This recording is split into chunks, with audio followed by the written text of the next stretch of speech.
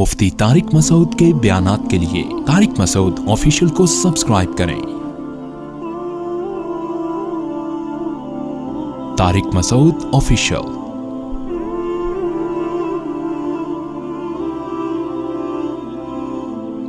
ہدی للمتقین، ہدایت ہے پرہیزگار لوگوں کے لیے۔ یہاں میں نے آپ کو بار بار بتایا، قرآن مجید میں ہدایت کے دو معنی آتے ہیں۔ ہدایت کسے کہتے ہیں؟ گائیڈنس کو، رہنمائی کو۔ تو اردو میں بھی، انگلش میں بھی، ہر زبان میں رہنمائی کے دو مطلب ہی ہوتے ہیں۔ ایک رہنمائی یعنی گائیڈنس کا مطلب ہوتا ہے آپ کسی کو سیدھا راستہ بتا دیں، اس کو بھی گائیڈنس کہتے ہیں۔ ایک گائیڈنس یہ ہوتی ہے آپ اس کو اس پہ چلا بھی دیں، یعنی ایسے اسباب اور وسائل کہ جیسے آپ سے کوئی ایڈریس پوچھ رہا ہو، یار میں نے صدر جانا ہے، تو ہوتا یہ کہ آپ اس کو راستہ بتا دیں، بھائی یہاں سے جاؤ گے، سیدھے ہاتھ پہ مڑو گے، الٹے ہاتھ پہ مڑو گے، وغیرہ وغیرہ۔ اور ایک ہوتا ہے چلیے میں آپ کو چھوڑ آتا ہوں۔ تو قرآن میں یہ دونوں معنی میں ہدایت استعمال ہوا، کبھی کسی اور معنی میں، کبھی دوسرے معنی میں۔ تو جو ہدایت کے ان دو میننگ میں فرق نہیں کر پاتے وہ کنفیوز ہوتے ہیں۔ بات آ گئی سمجھ میں؟ جیسے قرآن میں آتا ہے اہدنا الصراط المستقیم، اے اللہ ہمیں سیدھے راستے کی ہدایت دے، دعا مانگ رہے ہیں نا۔ لیکن ہم نے سورہ بلد میں پڑھا تھا وَہَدَيْنَاهُ النَّجْدَيْن، ہم نے اس کو دونوں راستے ہدایت کر دی ہیں۔ تو جب اللہ نے دونوں راستے ہدایت کر دی ہیں تو ہم پھر سیدھے راستے کی ہدایت کیوں مانگ رہے ہیں؟ اللہ تو کہہ رہے ہیں میں نے تو سیدھا کی بھی ہدایت کر دی اور غلط کی بھی ہدایت کر دی۔ تو وہاں ہدایت کا معنی کچھ اور ہے، سورہ فاتحہ میں ہدایت کا معنی کچھ اور ہے۔ سورہ بلد میں ہدایت کا معنی یہ ہے کہ اللہ نے دونوں راستے دکھا دیے۔ جب سورہ فاتحہ میں ہم اللہ سے ہدایت مانگتے ہیں تو مراد دکھانا نہیں ہے، اے اللہ ہمیں وہاں تک پہنچا دے، چلا دے، یا ہمیں سیدھے راستے پہ چلنے کی توفیق دے دے۔ بات آ گئی سمجھ میں؟ توفیق کا لفظ بہت استعمال ہوتا ہے قرآن و سنت کی اصطلاح میں، کہتے ہیں اللہ توفیق دے گا تو یہ کام کر لیں گے۔ یہ توفیق کی ڈیفینیشن کیا ہے؟ ارے آپ کسی کو بولو یار تم کبھی نماز بھی پڑھ لیا کرو، کہنا یار اللہ جب توفیق دے گا تو پڑھ لیں گے۔ اچھا، بعض لبرل لوگوں کو اس توفیق کے لفظ پہ بڑا اعتراض ہوتا ہے، کیا جب اللہ ہی توفیق دے گا تو پھر ہم نے جب دینا ہوگا تو دے دے گا، نہیں دے گا تو ہم کیا کریں، وہ تو اللہ کی توفیق سے ہوتا ہے نا۔ تو توفیق کہتے ہیں، توفیق نکلا ہے، دیکھیں وفاق، موافقت، اس سے نکلا ہے۔ موافق کہتے ہیں نا یہ چیز مجھے موافق نہیں آ رہی۔ آپ نے بھنڈی کھا لی زیادہ، آپ پہلے ہی بلغم تھا، آپ کو صفرا بڑا ہوا تھا، حکیم لوگ کہتے ہیں نا بھنڈی آپ کو موافق نہیں آئے گی، وہ ریشہ پیدا کرتی ہے۔ ایسا ہی ہے نا، آپ یرقان کے مریض تھے، آپ کا ہیپاٹائٹس ہوا ہے اور آپ دیسی انڈے کچے پی رہے ہیں، موافق آئیں گے؟ ابھی میں توفیق کے لفظ کو سمجھانے کے لیے مثالیں دے رہا ہوں۔ لوگ کہتے ہیں پتہ نہیں کیا فضول چیزیں، بھائی اسی طرح سمجھایا جاتا ہے نا، توفیق موافقت سے۔ کہتے ہیں نا یہ انڈا آپ کو موافق نہیں آئے گا، آپ تو پہلے ہی جگر کے مریض ہیں، تو موافق کا معنی مناسبت ہو جائے۔ تو توفیق یہ نکلا ہے وفق یوفق توفیقا، سبح یسبح تسبیحا سے، توفیقا یعنی کسی چیز کو کسی چیز کے موافق کر دینا۔ جب ہم کسی اچھے راستے پہ چلنے کی کوشش کرتے ہیں تو ہمارے اگر موافقت ہو جائے اس راستے سے تو اسپیڈ سے چلیں گے۔ وہ راستہ ہماری نیچر اور طبیعت سے اگینسٹ جا رہا ہو، رکاوٹیں کھڑی ہو رہی ہوں، تو وہ اس کا مطلب وہ ہمارے موافق نہیں ہو رہا۔ تو اللہ کو یہ قدرت ہے کہ اچھے راستے کو آپ کے موافق بنا دے، یہ بھی قدرت ہے۔ بنا دے گا تو ہم کہیں گے اللہ نے توفیق دے دی ہے آپ کو، یعنی یہ راستہ آپ کے موافق بنا دیا ہے۔ اور اگر نہیں ہوگا تو ہم کہیں گے اللہ کی طرف سے توفیق نہیں مل رہی۔ تو اب اس کی اصطلاح میں جو تعریف ہے توفیقی، جعل الاسباب موافقۃ للمطلوب الخیر، گاڑی زبان استعمال کی ہے، آسان سمجھا دیتا ہوں۔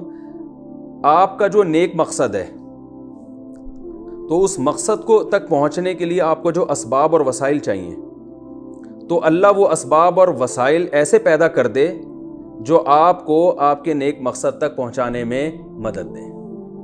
تو کبھی اللہ کی طرف سے نا ایسے حالات پیدا ہو جاتے ہیں, کبھی اللہ کی طرف سے رکاوٹیں ہوتی ہیں تو آزمائش بڑھ جاتی ہے انسان کی. ایسے موقع پر انسان ہتھیار ڈال دیتا ہے.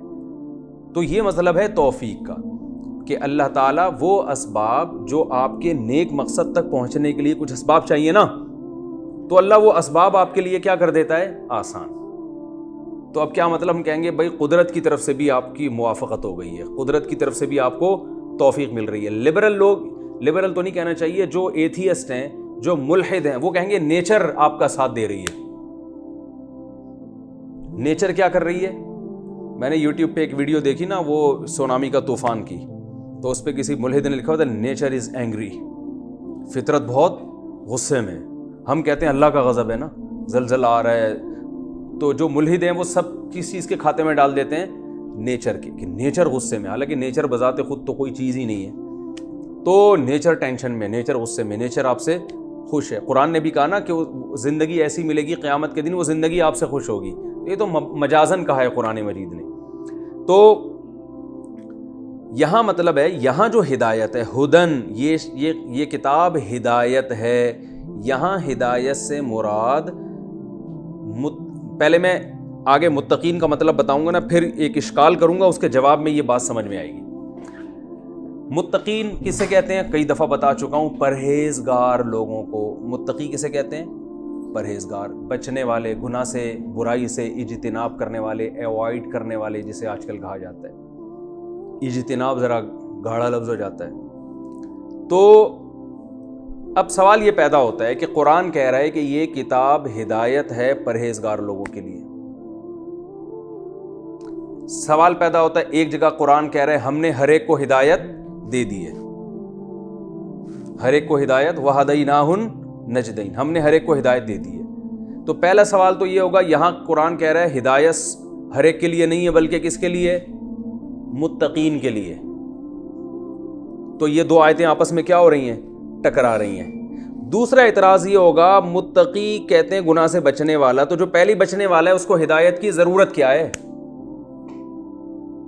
بہت مشکل ہے بات سمجھانا.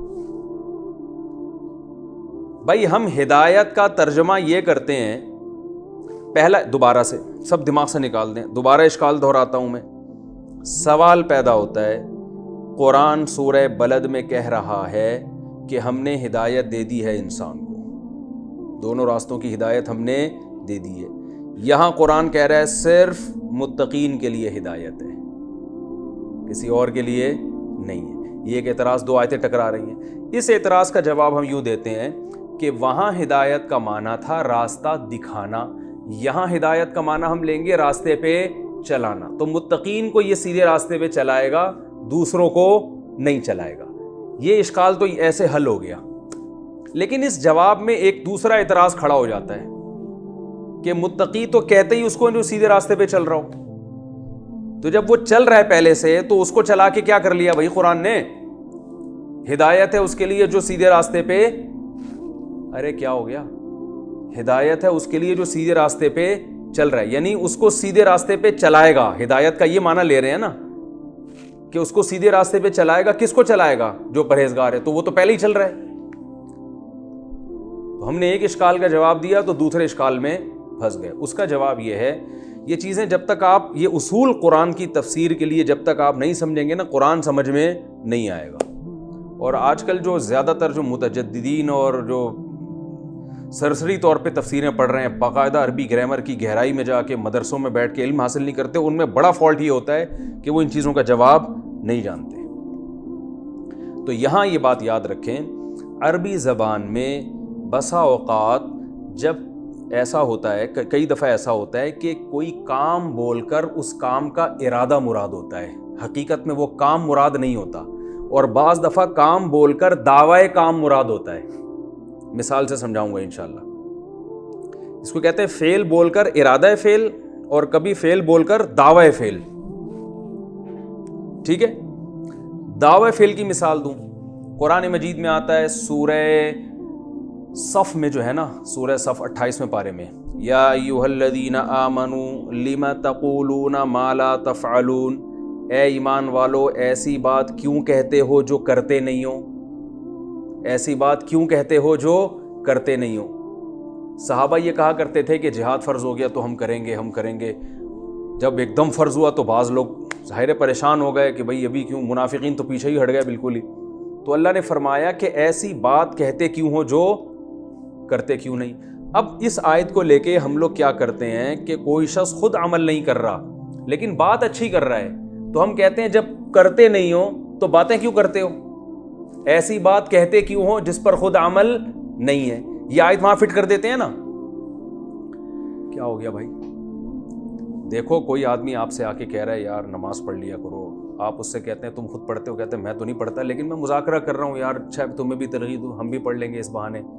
بھائی لوگ کہتے ہیں نا شکل اچھی نہیں ہو تو بات تو اچھی کرنی چاہیے, تو صرف یہ شکل کے بارے میں نہیں ہے, اعمال بھی اچھے نہ ہو تو بات تو کم از کم اچھی کرنی چاہیے. تو آپ فوراً اسے یہ آیت سنائیں گے جب خود نہیں پڑھتے, تو قرآن تو کہہ رہا ہے لما تقولون ما لا تفعلون, تم وہ کام کیوں کرتے ہو جس پر خود عمل, وہ بات کیوں کرتے ہو جس پر خود عمل نہیں کرتے. یہ ہے نا, حالانکہ یہ آیت اس کے بارے میں نہیں ہے, اس لیے کہ یہاں تقولون قول ہے, ایسا کہتے کیوں. یہاں کہنے سے مراد کہنا نہیں ہے, کہنے کا دعویٰ کرنا ہے. ما لا تفعلون, وہ کام کیوں کرتے ہو, وہ بات کیوں کہتے ہو جو کرتے نہیں ہو. کیا مطلب, سوری بات کا دعویٰ نہیں, اس کام کا دعویٰ ہے. یعنی وہ بات کیوں کہتے ہو جس کے دعوے خود کرتے ہو.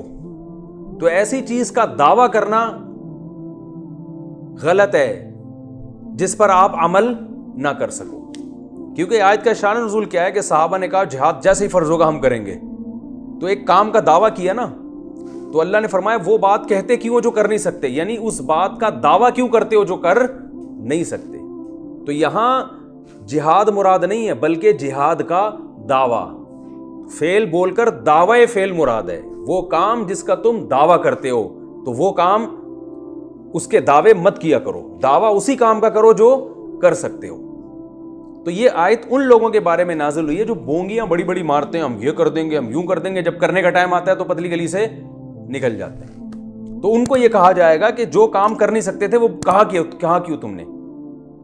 تو یہ ان لوگوں کے بارے میں آیت, جو منافقین تھے, جو بڑے بڑی بونگیاں مار رہے تھے اور پھر بھاگ گئے وہ. تو ان کو ایمان والوں سے تعبیر قرآن نے اس لیے کیا کہ ظاہری طور پر ان کو ایمان والا ہی سمجھا جاتا تھا, کیونکہ قرآن ان کو کافر کہہ دیتا تو کہتے ہمیں جب کافر ہی کہہ دیا تو اب ہمیں کس چیز کا مطالبہ کر رہے ہو ہم سے. دوسرا, بعض دفعہ ایسے ہوتا ہے کہ قرآن مجید میں فعل بول کر ارادہ فعل مراد ہوتا ہے. یہاں تو دعوی فعل ہے نا, وہاں کیا ہوتا ہے ارادہ فعل. جیسے قرآن میں آتا ہے یا ایھا الذین آمنوا اذا قمتم الی الصلاۃ, اے ایمان والو جب تم نماز کے لیے کھڑے ہو جاؤ, فاغسلوا وجوہکم, تو اپنے چہروں کو دھو, اپنے ہاتھوں کو دھو کوہنیوں تک, وامسحوا برؤوسکم, اور اپنے سر کا مسح کرو, وارجلکم, اور پاؤں کو دھو. اب سوال پیدا ہوتا ہے اللہ جب کھڑے ہی ہو گئے تو اب کیا دھوئیں, یہ تو کھڑے ہونے سے پہلے دھونا تھا نا. بھائی اذا قمتم الی الصلاۃ, اے ایمان والو جب تم نماز کے لیے, قمتم اصل میں تھا قومتم, ضربتم کی طرح نا, قیام سے نکلا ہے. تو جب تم کھڑے ہو جاؤ نماز کے لیے تو کیا کرو, چہرے کو دھو. تو یہاں کھڑے ہونے سے مراد کھڑے ہونے کا ارادہ ہے, یعنی اذا اردتم القیام الی الصلاۃ, اے ایمان والو جب تم نماز کی طرف کھڑے ہونے کا ارادہ کر لو. تو ارادے کے بعد وضو ہے. تو فعل بول کر مراد کیا ہے, لفظ قیام کا استعمال ہو رہا ہے, مراد ارادہ قیام ہے, قیام نہیں ہے. ارادے کا لفظ یہاں چھپا ہوا ہے, وہاں دعوے کا لفظ چھپا ہوا ہے. سمجھ رہے ہیں؟ تو یہ سب عقل مندوں سے کلام ہے نا, تو عقل مند سمجھ جاتے ہیں کیا چھپا ہوا ہے. جیسے میں نے بار بار بتایا نا, میں کہتا ہوں 3 پلیٹیں کھا گیا, تو عقل مند سمجھ جائے گا پلیٹ نہیں کھایا, پلیٹ کے اندر جو بریانی تھی وہ کھایا. بے وقوف پکڑ کے بیٹھا رہے گا پلیٹ کیسے کھا گیا بھائی, وہی ہو جائے گا تو انسان تھا میں نے تجھے گدھا بنایا, جون پور والا قصہ ہو جائے گا. تو دیہاتی لے گیا کہ بھائی اس کو بھی گدھا بنا دو, گدھے کو انسان بنا دو. سوری, اس نے کہا تو گدھا تھا میں نے تجھے انسان بنایا. تو جون وہ قاضی لے گیا کہ دیہاتی لے گیا اپنے بچے گدھے کو کہ یہ گدھا تھا تم اس کو بھی انسان بنا دو, ٹھیک ہے نا. تو اس نے کہا مسالہ لگے گا تو بن جائے گا انسان کچھ دنوں. تو یہاں بھی یہی ہے, ہدی للمتقین, یہاں تقوی سے ارادہ تقوی مراد ہے. متقین سے پرہیزگار نہیں، وہ لوگ جو پرہیزگار بننے کا ارادہ رکھتے ہیں، یعنی وہ لوگ جو یہ چاہتے ہیں کہ ان کو سیدھا راستہ ملے. اور سیدھا راستہ ملے کا مطلب کیا؟ ان کو پتہ چلے کہ صحیح کیا ہے اور غلط کیا ہے، تاکہ غلط سے بچیں اور صحیح پر چلیں. جو یہ چاہیں گے ان کو اس سے ہدایت ملے گی. کیا مطلب؟ سیدھے راستہ نظر نہیں آئے گا، سیدھے راستے پہ چلنے کی توفیق ملے گی. اس سے نہیں آ رہی بات؟ تو اس لیے اللہ نے بتا دیا جن کو ہدایت نہیں ملی نا، جن کم بختوں کو پڑھ پڑھ کے پاگل ہو گئے، وہ پھر وہیں کے وہیں، وہ چاہتے ہی نہیں ہے، یا وہ صرف تنقید برائے تنقیدی نیت سے پڑھتے ہیں قرآن کو.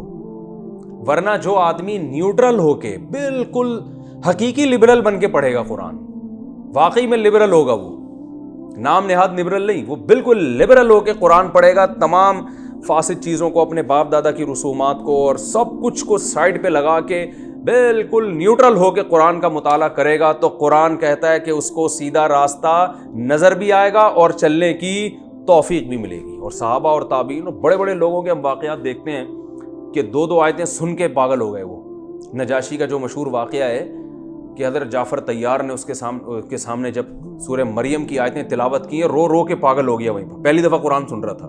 اور سارے پادری، چونکہ وہ نیوٹرل تھے، ان کو اسلام سے دشمنی نہیں تھی، نہ کوئی مسلمانوں سے ان کی جنگیں ہوئی تھیں، نہ کوئی اسلام سے دشمنی تھی، تو کچھ بھی نہیں، نیوٹرل ہو کے جب انہوں نے سنا تو انہوں نے کہا یہ تو وہی تورات ہے، وہی انجیل ہے، جو اسی جیسا کلام ہے یہ. اور مسلمان بھی ہو گیا اور نبی صلی اللہ علیہ وسلم کی خدمت میں تحفے بھی بھیجے. تو اسی طرح وہ جو ہرقل بادشاہ، وہ بھی سن کے مسلمان ہو گیا تھا، لیکن اس نے مسلمان کا مطلب اس کو سمجھ میں آ گیا سچا دین ہے، تو اس نے اپنی قوم کے سامنے اسلام پیش کیا. بادشاہ تھا، اس نے کہا بھائی یہ ہے، تو قوم جو تھی نا وہ بگڑ گئی، تو اس کو ڈر ہوا کہ میرے خلاف بغاوت ہو جائے گی، تو پھر اس نے یو ٹرن لے لیا، ٹھیک ہے نا، ورنہ وہ بھی مان گیا تھا. تو اللہ نے فرمایا ھدی للمتقین، جو چاہتے ہیں نا کہ سیدھا راستہ ملے تو ان کے لیے یہ، یعنی تو کیا مطلب؟ متقی بول کر وہ جو متقی بننا چاہتے ہیں ان کو یہ سیدھا راستہ دکھائے گا.